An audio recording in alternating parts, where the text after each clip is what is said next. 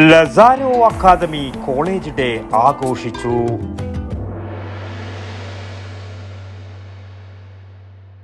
ആധുനിക കാലത്തിനൊത്ത ജോലി സാധ്യതകളുള്ള വിവിധ കോഴ്സുകൾ ഒരുക്കിക്കൊണ്ട് പയ്യന്നൂരിൻ്റെ ഉന്നത സമാന്തര വിദ്യാഭ്യാസ രംഗത്ത് ശ്രദ്ധേയമായ പ്രവർത്തനങ്ങൾ കാഴ്ചവെച്ചുകൊണ്ടിരിക്കുന്ന ലസാരോ അക്കാദമി കോളേജ് ഡേ ആഘോഷിച്ചു.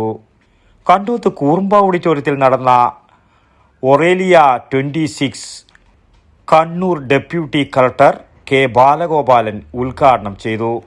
ഇന്നത്തെ കാലത്ത് ഏറ്റവും കൂടുതൽ കോമ്പറ്റീഷൻ നടക്കുന്ന ഒരു കാലമാണ്.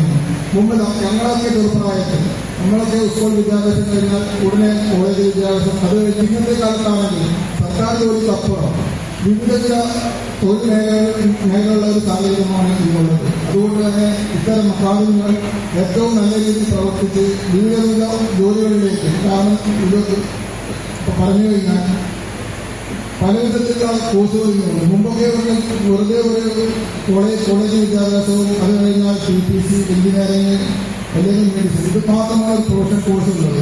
ഇപ്പോഴത്തെ സാഹചര്യത്തിൽ അക്കാദമിയുടെ പുതിയ ഔദ്യോഗിക വെബ്സൈറ്റിൻ്റെയും അക്കാദമിയുടെ ഡിജിറ്റൽ മുന്നേറ്റത്തിലെ സുപ്രധാന ചുവടുവെപ്പായ മൊബൈൽ ആപ്പിൻ്റെയും സ്വിച്ച് ഓൺ കർമ്മവും അദ്ദേഹം മുഖ്യാതിഥികളുമായി ചേർന്ന് നിർവഹിച്ചു.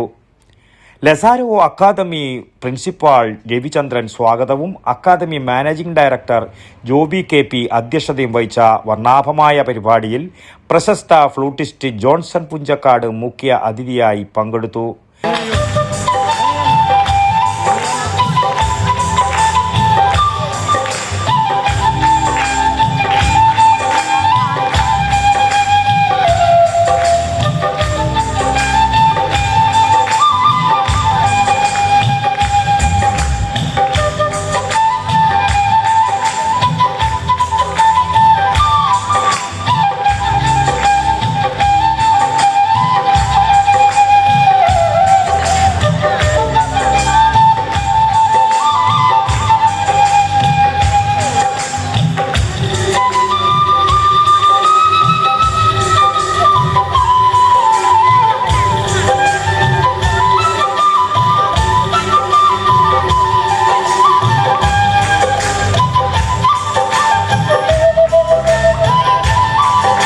ലസാരോ സംഘടിപ്പിച്ച ഹെക്സ ലീഡ് മാനേജ്മെന്റ് ഫെസ്റ്റിൽ വിജയികളായവരെയും വിശിഷ്ട വ്യക്തികളെയും സുസ്ഥിരമായ പ്രവർത്തനങ്ങൾ നടത്തുന്ന അധ്യാപകരെയും സ്റ്റാഫ് അംഗങ്ങളെയും വിവിധ മേഖലകളിൽ കഴിവ് തെളിയിച്ച വിദ്യാർത്ഥികളെയും വേദിയിൽ വെച്ച് സ്നേഹോപഹാരങ്ങൾ നൽകി ആദരിച്ചു.